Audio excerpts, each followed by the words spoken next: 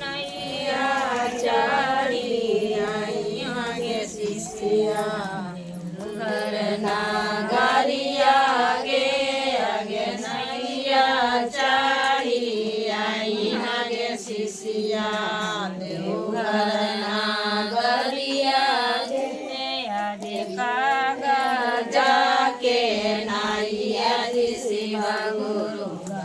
साथी जय जी अजी कागजा के नैया शिवा गुरु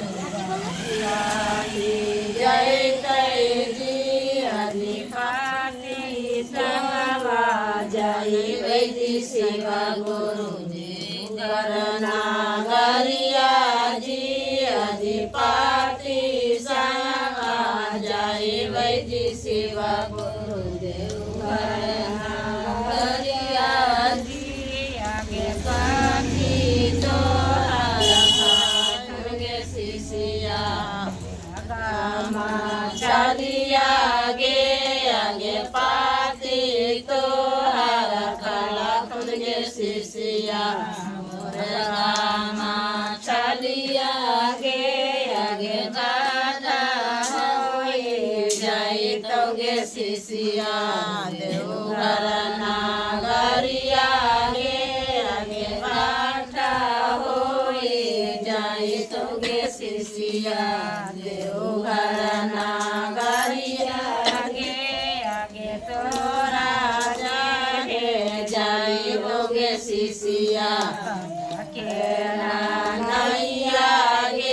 आगे तोरा ले जाई बोगे शिष्या के नैया आगे नैया चढ़ी आई आगे शिष्या देवघर नागरिया आगे नैया चढ़ी आई आगे शिष्या देवघर नागरिया आज पाती सभा जय गे शिवा गुरु देवघर नागरिया जी आज पाते सभा जय गे शिवा गुरु देवघर नागरिया जी आगे पाती सोहर पीला गे शिष्या सारा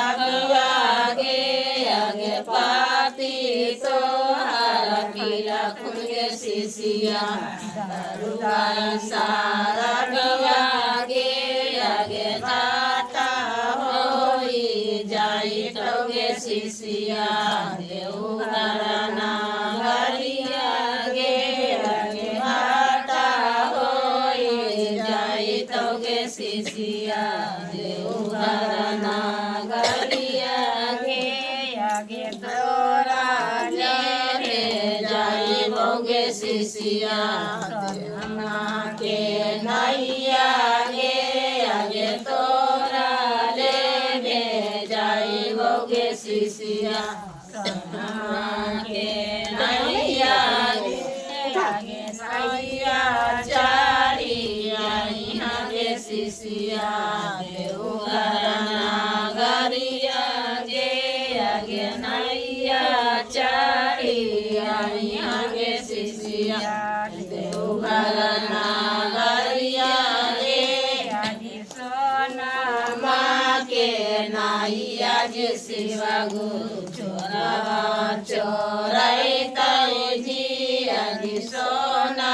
माँ के नैया जी शिवा गुरु चोराई जी आगे पाती सवा जाए वैदी शिवा गुरु देवघर नागरिया जी आगे पाती सवा जाए वैदी शिवा गुरु देवघर नागरिया जी आगे पाती छोड़ी आगे शिष्या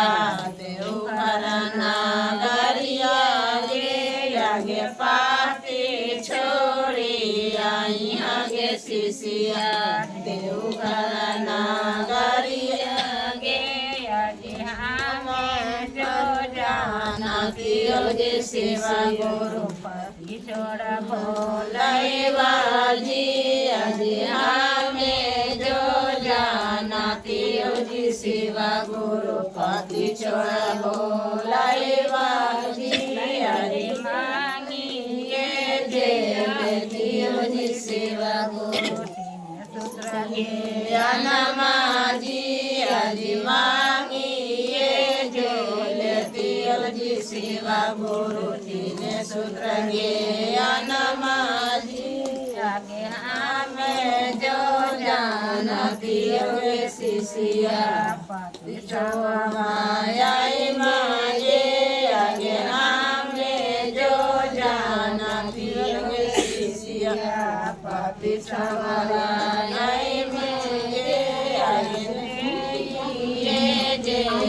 तियो शिष्या मांगे आगे शिष्या मांगे आगे गाने करत शिष्या सेवा चरचागे आगे घरे घरे करियागे शिष्या सेवा चरचागे आगे टोले टोले करियागे शिष्या सेवा चरचागे आगे पहिला में दाया मंगिया दूसरा में चरचागे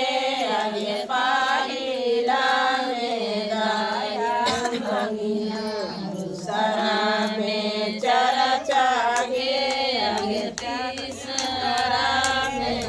दाया शिष्या पारा नमिया के आगे तीसरा में दाया शिष्या